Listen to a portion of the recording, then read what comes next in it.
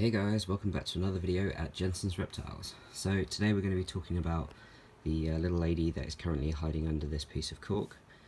Before I take the cork off and show you her, I just want to give a shout out to MIM Reptiles.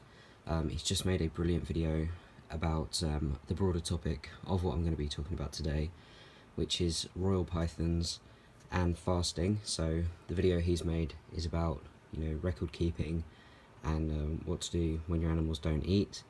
It's a really great video, so please go check his channel out. I'll put a link in the description below.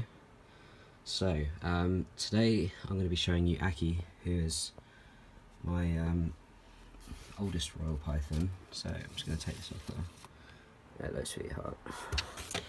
So I'm going to disturb her for a little bit, which is annoying for her, but I think it's an important video to be making. So hi baby, it's okay. She's not happy about that. So anyone who's been watching for a while will know that when I got Aki, she was a real mess. She was underweight, she had a ongoing respiratory infection, stuck shed all over her, and yeah, I mean, I won't go into the full backstory of it, but she wasn't in the best way, and she had this ongoing respiratory infection, which I sought treatment for straight away. Got some brilliant advice from a wonderful vet, and I took all of that advice and she got a lot better. But then last year the infection came back in full force and she was really struggling, so rather than letting it get any worse, I got her straight on some antibiotics and kicked the infection. So she's doing really well now, which is wonderful. But at the same time as that infection was being treated, she also went into breeding season and started fasting. So Aki previously has fasted for about 4 to 6 weeks total.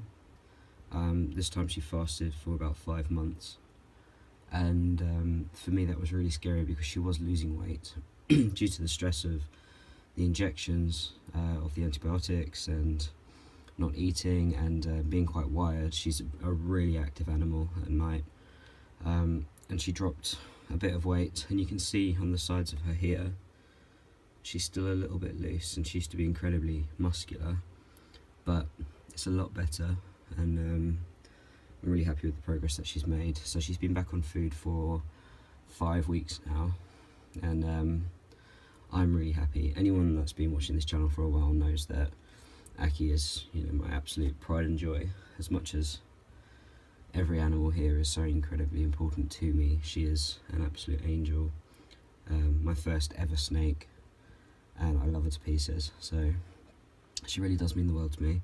So to make sure that she saw it through, that treatment and the fasting, all of that combined, was wonderful. So what I'm going to talk about quickly is just a few tips when your royal python does fast, kind of what to do.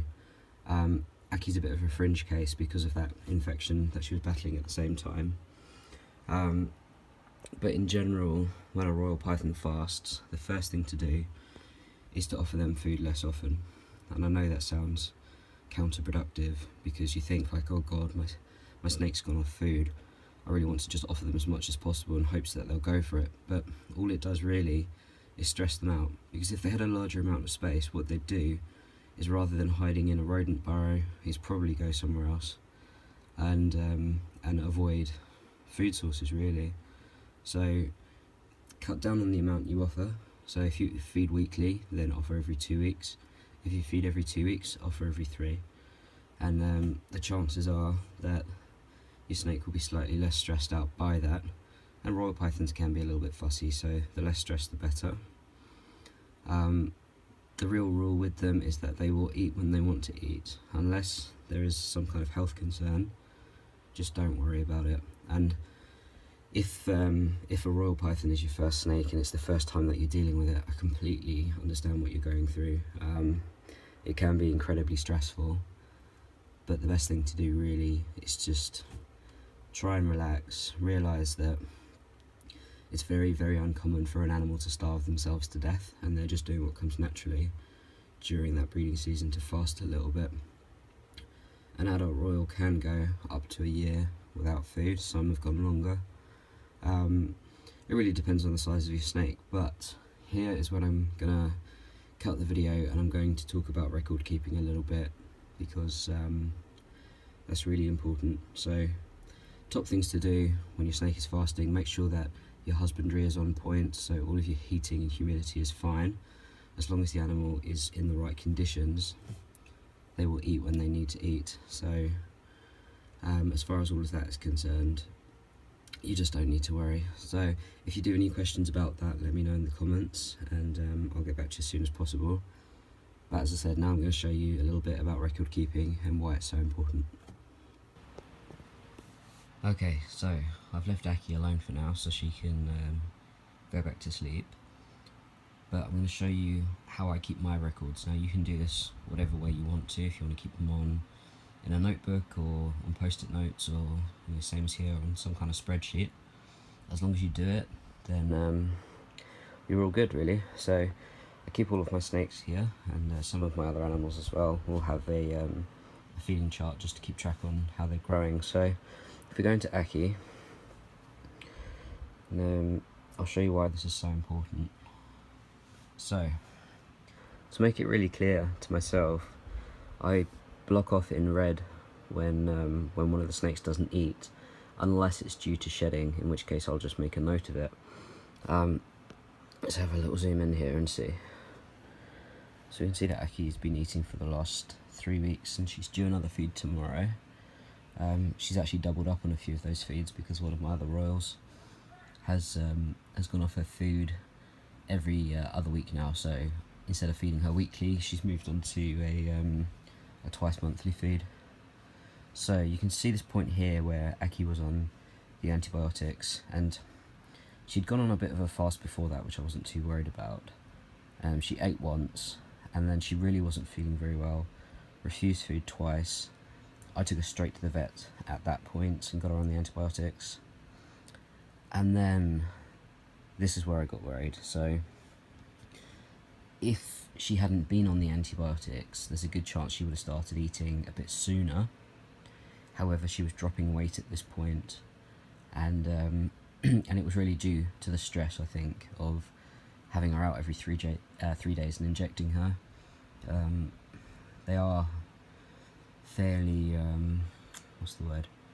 sensitive when it comes to feeding, and anything that disrupts that feeding pattern in an animal like that can have a bit of a knock-on effect. Some royals don't care. One of mine will eat rain or shine. He doesn't care about anything. But my two girls are really a little bit fussy. If they've been moved on feeding day, they can be a bit funny in the evenings. But what I'm going to do is I'm going to go back to last year, and you can see around the same time Aki had a bit of a fast. So it wasn't the time of year that was concerning me, and having this down and having those reds blocked off meant that I could look back at it and see, yes, she did the same thing last year. My concern was that it went on longer than before, and obviously the antibiotics in there and that respiratory infection was bothering her. But it's normal for her to fast at that time of year. So because I've got that down, I can see it there, I'm absolutely fine with that. You can see the previous year, she was still very young, and she was doing absolutely fine. But here she was over a kilo. She did that first fast, and so I wasn't best pleased with that situation, purely because she wasn't very well. If she'd been in perfect health, it would have been nothing to worry about. So that's really important, to keep a note of when they're eating so you can compare it to the last year. Another thing that's really important to do is keep a note of their weight. So you see here with Aki's growth chart that she went up and up and up and up and up and up, and then she had these drops and spikes and drops and spikes. So now she had this big dip over here, and now she's climbing back up again at a slow rate, which is perfect. It's what I want. I don't want her putting on tons of weight rapidly. I don't want to put that strain on her body. I just want her to slowly put the weight back on now that she's healthy again. but you can see that I keep a record of her weight on the side here. She is weighed every month without fail, and during the time when she was sick, I was weighing her a little bit more frequently and taking an average, because she wasn't eating at all, so I wanted to just make sure that there was some kind of figure in there for what was going on with her. But yeah, so as far as royal pythons and feeding charts and everything like that, I think it's very important. I do it for all of my snakes. The royals are the only ones that I'm really ever all that concerned about, because they're the only snakes that I have that ever refuse food. All of my others are absolute champions of dinner time. But yeah, it's worth keeping an eye on these things. So if you've got any questions, let me know, and hope you're having a great day.